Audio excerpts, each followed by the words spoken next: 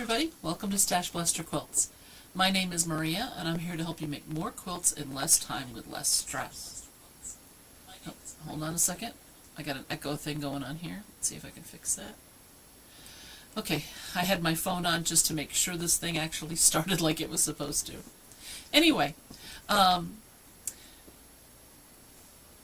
if you've been watching for a while, you'll know that I'm a professional organizer, so I usually start with the tip of the day. I'm not going to today for a reason I'm going to get into later, but let me update you on what's been going on. It's been a couple of weeks since I was on, and if you remember, I mentioned how I was going to a retreat the next day. I was going to be going Thursday, Friday, Saturday, and half a day on Sunday, which is exactly what I did. I got out to Winchester around 10 a.m. and I left 1 p.m. on Sunday. Now, when I went to quilt camp, which is one of my quilt guilds does from like 10 to 3 each day, 3 days in a row, and they have some of the members of the guild offer little classes, things like that. So for example, this February I'm going to be teaching a class on flying geese, which is important because we have a flying geese challenge going. So there's things like that. And I was really happy because I got 30 of the house bodies done in the 3 days. Let me show you what I did in 3.5 days at the retreat. This is 130 houses and 80 roofs. I am so pleased with how much that got done, I can't tell you. So I've gotten more than half of a year's houses built and about a quarter of the year's roofs done.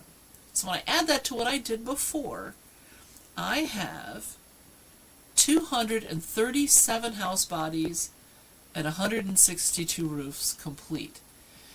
I can't finish collecting the data until mid-February, so there's still all of November, December, January, and half of February. So I still have 3.5 months of data to collect, but I am so far ahead that I have houses here that I don't have dates for, because this is a bell curve, right? So our temperatures started down in the low 30s, they went up into the 80s and 90s. We never hit 100 degrees.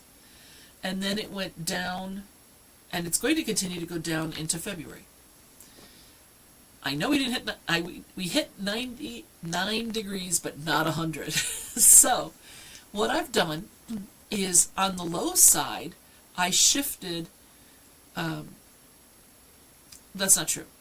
It had been that black and gray, let me just double check what I have here so I don't lie to you, was below 30. Now it's all of the 20s, and I'm going to use the white that I saved just in case I had a 100-degree day. I'm going to do that for under 20. So I already know I have some days from earlier in the year that were under the 20 degrees, so I do have some white roofs already. So that's pretty cool. It gives me more flexibility on the lower without everything being black and gray, because snow's white. So having white on the roof, maybe even white on the house, is appropriate. So I'm very happy how that worked out. But I have completed, fully complete now, the house bodies for the 90 to 99, because we're not going to have any more days in that range.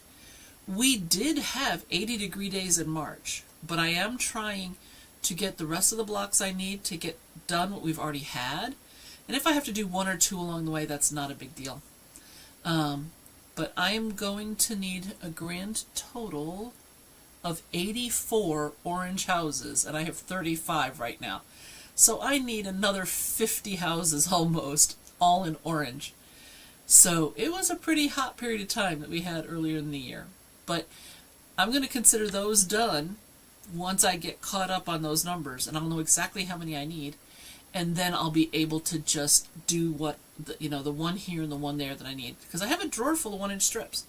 I can go there at any time and do that last house or 2 in that temperature range. So I am so happy that I'm ahead of schedule. I was afraid that by this point I might only have 50 or 100 max of these things done, and the fact that I am 2/3 of the way through on the house bodies, when I'm at 2/3 of the way through the year, makes me very happy. Now, some of them, like I said, I still need 50 of the orange, but I made extras of the red, blue, green, purple, etc., more than I needed for just the first part of the year, because I knew we were going to hit those numbers again on the way back down. So I'm ahead in some categories and behind in others, but I'm okay with that. I'm just so happy with how much has gotten done. So if you're here, this is your first time, this is a year-long quilt. Well, it's more than that. This is a temperature quilt for the first year of my son's marriage, which will end mid-February. And I've told him I need another whole year to complete it. He doesn't know how much I've done on this already, so that makes me very happy. But I'm gonna put this back up so you can see it again, because I'm so happy about it. So these don't have the roofs on yet, obviously. And I still have a bucket here that has the other house roofs and houses that I've made. This is just from the retreat. So I'm going to be able to start laying these out and start in the middle of their year at the top of the quilt, because I've made that decision. I could start building this for the top even before the year is over, so that's going to be very helpful. I did at retreat attempt a quick sketch out of potential roads, and I found when I packed as tightly as I could, because I was afraid I wouldn't have room for all the houses on the top, I had extra room. I had over 100 2-inch Post-it notes, because these houses will finish at 2 inches. 100 Post-it notes, and it only filled a quarter of the. It was 110, so it only filled a quarter of my map space, my plan space. So it was less than a third, but close to a third of the houses in a quarter of the space. So I have extra room. I already knew I wanted to do a few things, like the Anaheim sign. I'm not sure exactly what I'm going to do, but the kids are going to her family in Oregon for Christmas. So I'm going to be going ahead and doing some sort of a commemorative thing for that. And since they're so into Pokemon, I think I'm going to also put in like a Pokemon training center where I'm going to have a bigger gap between houses, or maybe on one of the edges or something, just to kind of make it extra fun. And then, of course, I'm going to be putting the border around the outside and doing all the embroidery and doing da-da-da-da-da-da-da. But overall, I'm pretty pleased about where I'm standing in the completion ratio that we've gotten to. So I'm very, very happy about that. By the way, if you want to email me anything, you can write to me at mail. Hold on, let me move this. I put it up after I got this started. So let me move it over. Mail at StashBlasterQuilts.com. And that leads me into the second part of this. 2 weeks ago, at the end of the session, or it was the one before, I think it was the one before, whatever, a couple of sessions ago, or last session, I can't remember, it's been a very busy day. At the end, I was talking about how the politics of the time, etc., is making everybody hate each other, etc., and that it was my suggestion that people reach out to people they don't necessarily agree with and invite them for Thanksgiving and just make it a rule: no politics, no religion, no money. All those same 3 things you don't talk about during a family event that's been going back for decades. I've gotten some emails. Apparently, my point of view is unappreciated. So I'd like to ask you to send me an email and let me know what you think. The 2 people have left. We did have 60. We now have 58.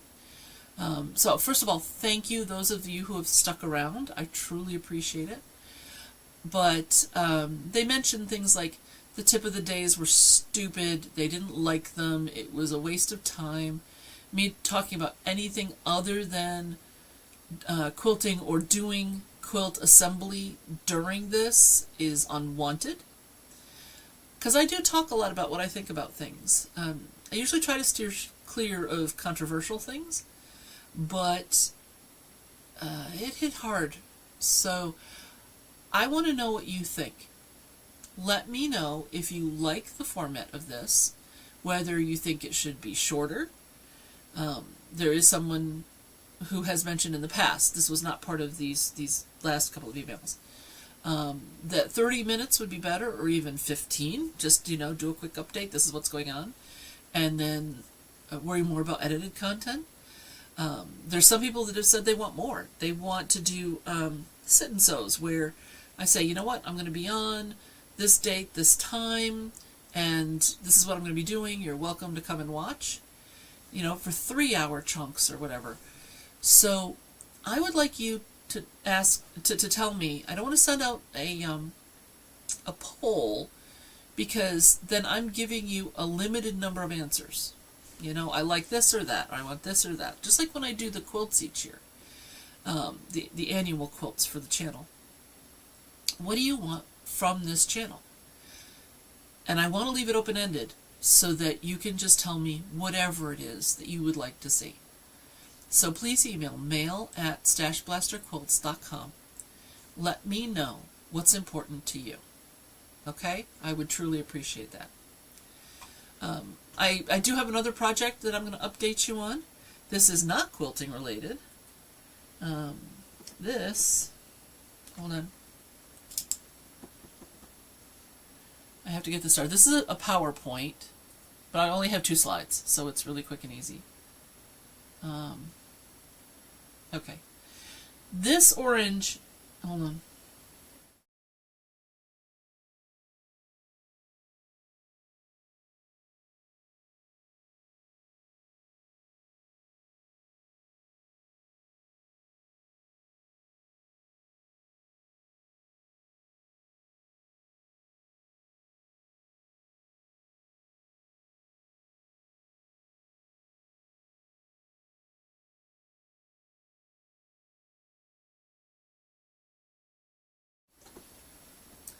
Quick little things, hold on. Okay. I have filmed some quick little, 15, 30-second kinds of things as I was doing it. And so I'm going to go ahead and edit those all together at some point so you can watch the craziness. But his room was only half that color, because I only was able to access half of the room. And my hallway up here is completely full of stuff on roller carts. So this weekend, because I have family coming for Thanksgiving, I'm going to do any paint touch-ups on that side other than the baseboards. I'm not going to worry about the baseboards. I'm going to do any paint touch-ups on that half, and then I will move those roller carts in. And because of that, I'm not going to have to worry about loading and unloading right away. And then when everybody leaves, I'll roll them back out, do the baseboards, and then when the baseboards are dry, I will load this stuff on the other side and put that in the hallway, and then paint the other side. So it's a process, but I got 3 coats of primer and that blue paint on, and the blue is actually blue. Painted over the orange. It was a very weird color. So I got the color I wanted, and it's a 1-coat paint, but it really needed all the primer first. So I'm very happy with how that project is going along, because once that's in place, I can start painting shelving and putting that up, and then unload the carts completely. And then the goal is going to be to, if you don't know this already, hold on, let me change this. Oh, it's going to be cockeyed, and I apologize for this, but let me go ahead and change cameras.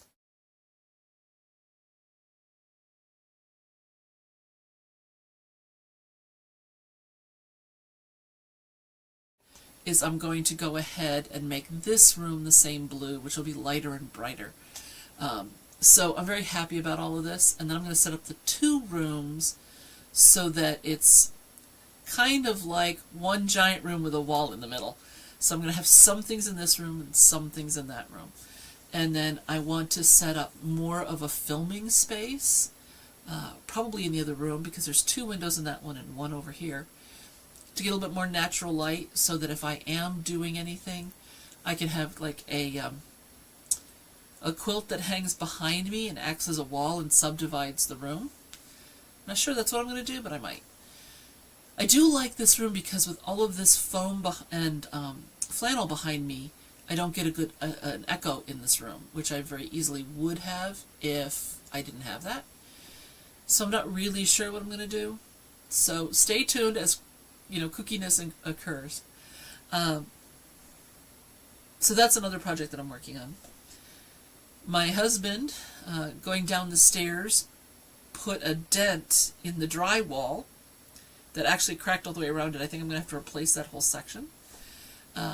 And so I'm going to, because it's there because his hand always goes the same spot, what I think I'm going to do is put a 2x4 behind the drywall. So, cut out a big piece that goes stud to stud. And then, well, not big, like this tall, but that's 16 inches on center. And then put a 2x4 right behind that I'll nail into the studs. And then when I put up the new drywall, when he puts his hand there, it won't go into an open space and therefore flex and have a hole again. So that's something that I'm planning for. Again, after the family's all gone and all of that. It's amazing how my honey-do list is always getting longer. But that's okay. It's the way life goes. So anyway, so that's that. One other project is I have a pair of resin ducks. And I don't know what happened. This was over the summer. One of the ducks, its foot broke off and there was a hole in it. And I'm thinking that maybe it was a rock from a mower or somebody kicked it or did something to it. So I bought the stuff that will hopefully allow me to do the repair on the foot. And then I have like Gorilla super glue or something like that, and then I'll glue the foot back on. But it's a foot that sticks up in the air because this particular duck has done a face plant. So you've got his head and beak, and then his wings like on the same plane, and his tushy and one leg is up in the air, and then I have another duck that's laughing at him. So I'd like to get those back out. I am thinking though, because they are kind of this battleship gray color, and what I think I'd like to do is go ahead and paint them and either make them yellow or white. And so that's another project for the future.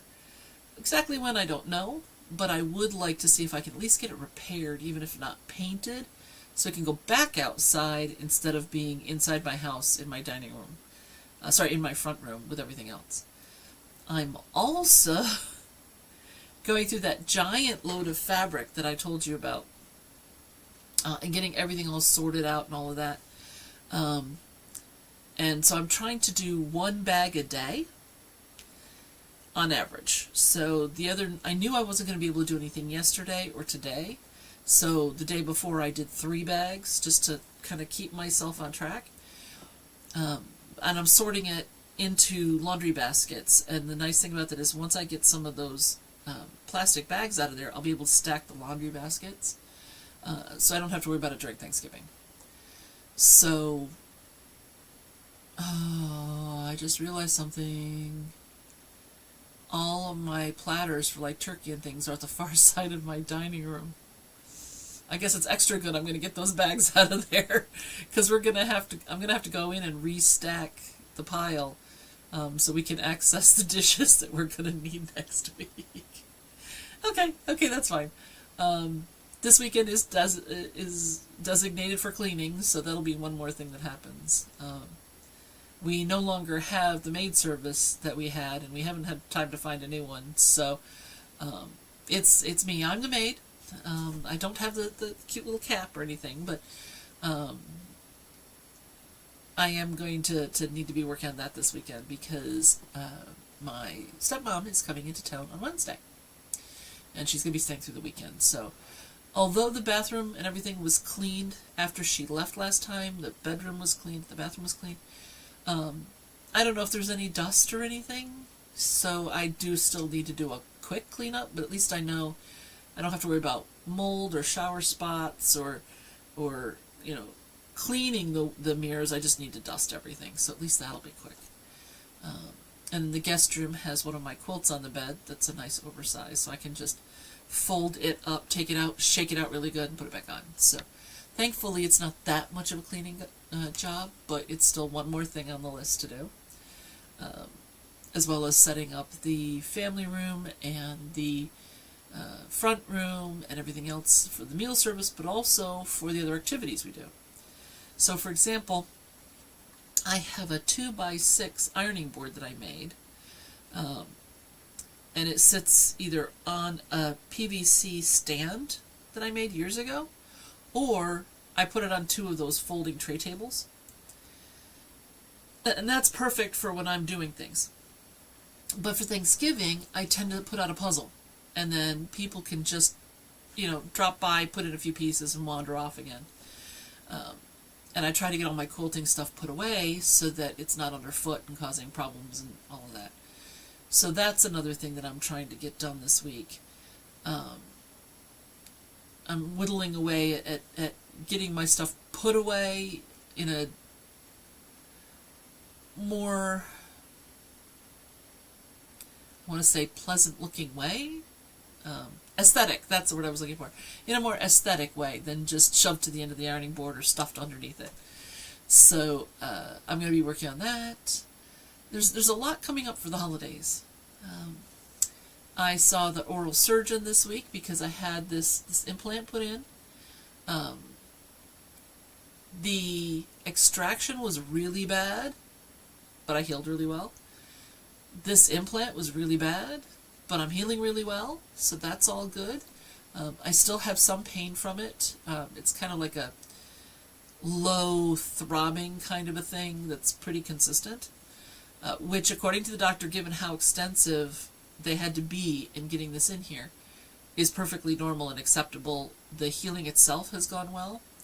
So I have my modified Thanksgiving dinner list of what I'm allowed to eat, what I'm not. And then because of how the implant and bone interact, I'm going to be on soft food for 3 months. And my favorite texture of food is crunchy, and I can't have any. I can't have anything hard. I can't have any nuts. I can't even have breads that are crusty. So this is not going to be my favorite Thanksgiving, but we are making some modifications to the menu, and that's perfectly fine. I'm happy with that. I can at least eat more now than I could the last 2 weeks, because until the gums healed around the implant, I had to worry about anything with small bits and pieces or anything that could have gotten trapped. And so I have a little bit more flexibility simply because that's all tightened up now. So I'm very happy about that. So that's what's going on here. So I think I told you all how I'm tracking for this particular quilt, the wedding quilt. I don't know if I've told you all of my plans for the quilt other than the curved roads. So in the tracking, because I know I didn't get super in depth, I have added to the Excel spreadsheet where I'm tracking the numbers some additional places here where I can, I wonder if I should switch cameras. Yeah, let me try to use this one. Okay. This is not updated from the retreat, just so you know. Okay.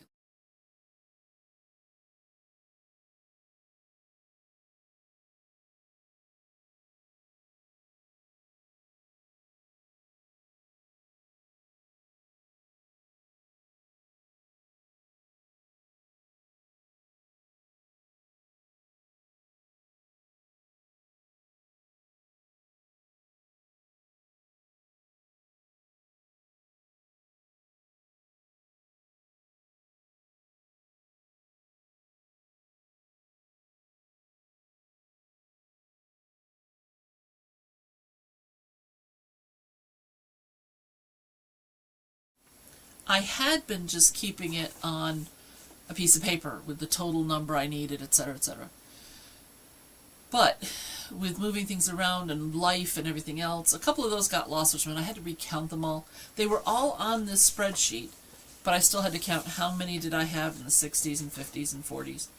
So by doing it this way, it's always with this in my computer, so I can just simply pull it up at any time and reprint that last page if I need to. So I have, on the color coding, this is what's left of the year. And then this first block up here was the actual wedding day. Because I've decided that instead of doing the actual wedding day house and a first anniversary house, I'm going to do a castle in the middle. Its number is going to be 2526, right? Because it's from February of 25 to February of 26. They'll be doing in like white and silver and all of that. Maybe some orange because it's my son's favorite. Maybe some reds because that's hers. I haven't decided yet. But I'm going to put the castle in the middle. And so I can do something more detailed that is more of a statement than just two little 2-inch houses. Or I had been thinking maybe putting them together and making one that was maybe 4 inches. Now I'm looking at, let's do, a 6-inch castle. That should be a little bit more fun. So that may be pieced, it may be embroidered, it may be both. So maybe I'll piece the main castle and then embroider a flag or something, I don't know. I'm not worrying about that yet. That's further down on my list. But I am going to be embroidering some things that are related to holidays. So like the 4th of July, there'll be a flag on the door. Any anniversaries will have double wedding rings. Any birthdays will have either a birthday hat or a birthday cake. So Thanksgiving will probably have some pumpkins. I don't know what I'm going to do for Halloween. I might do the pumpkins for Halloween instead. Not sure yet exactly which embroideries I'm going to put where, but this thing is getting more and more complex. But since I have the room, I might be able to actually put some Pokemon in the fields, or poking around a building edge or something. So there's a lot more flexibility now that I don't have to have the houses, with just these little tiny wedges in order to go around curves. So I'm pretty pleased with that. And being ahead feels really good. I was considering, and I don't think I'm going to be able to do this, since I'm going to be appliquing the roads on top of the houses are going to get all the wedges and everything put in, but then I was going to applique down the roads just to make sure it's all nice and neat and smooth. I was considering doing a quilt as I go and try to work that down, but I have a feeling what would happen is that because there's going to be shrinkage, because whenever you quilt, the quilt shrinks, and there's a lot of quilting that's going to go into this, since I'm going to be going around every single house, I have the feeling that I would wind up not being able to line up the next row properly, especially if there's going to be bisecting or angled lines going up, down, and sideways, which is kind of what I'm thinking. So I think I am going to have to put the whole top together, but boy, it would be nicer on my domestic if I didn't have to deal with that. So another option that I'm thinking of is one of my quilting buddies has a long arm. I'm not going to long arm this because my skills at long arming are super poor, and probably the quilting on this would cost me somewhere in the between $500 and $800 range, because there's so much finicky little stitching in the ditch and all of that.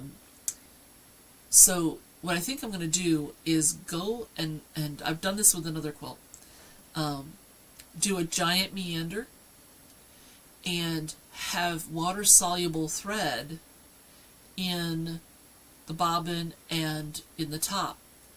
So I can mist it. When I'm done quilting it, I can mist it, the thread will dissolve, and then I'll just be left with my sewing threads, so I'm not going to have to unpick all of that quilting. It was really nice to do that. In that particular case, we use the water soluble on the top and regular thread in the bobbin, so I'm not sure if the bobbin thread being soluble is going to work, but at least then I only had to unpick one side wherever it's split, which is why the giant meanders, so that there's less that you have to pick out later. But I think that I may ask her if I can come over and do that.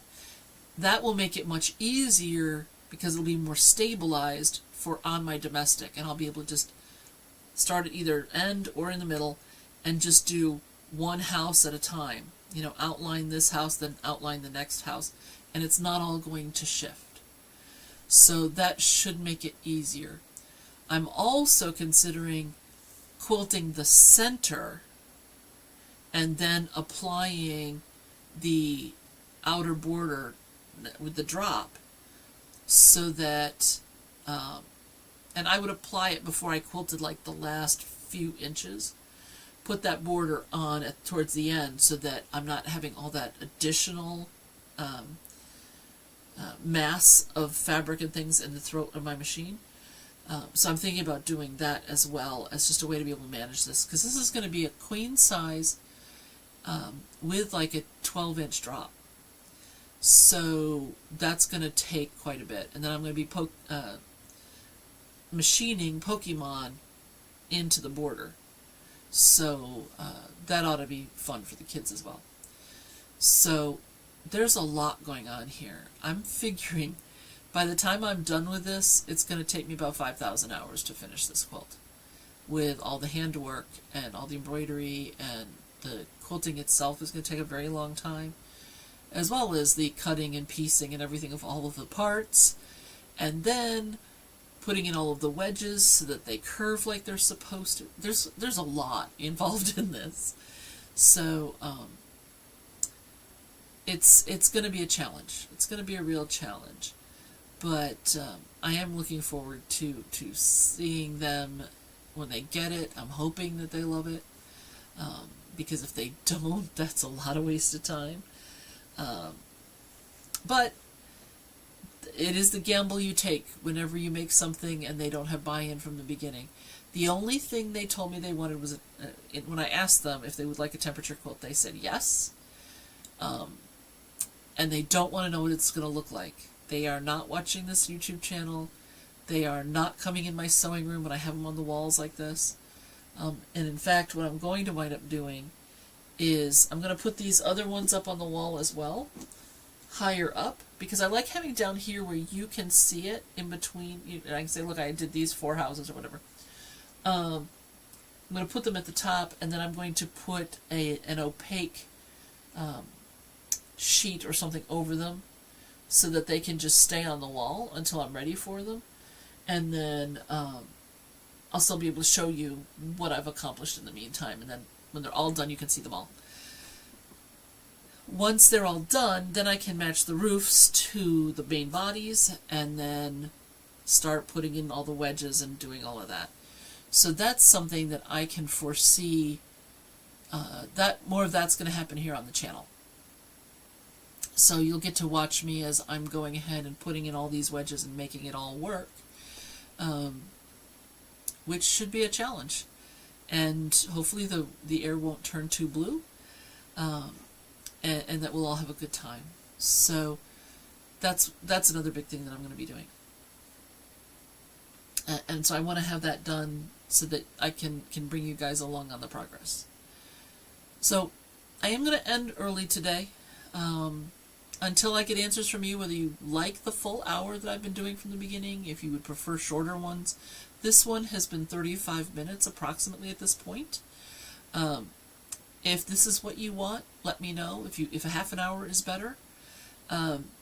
If you don't want the tips of the day, if you don't want to know my opinions on things and you just want quilty stuff, if you want to know about other projects that I'm doing, let me know. Just tell me what you like about the channel, what you don't like about the channel. Because I'm doing this for me, yes, but I'm also doing it for those of you who watch. I want to make sure it's giving you what you need.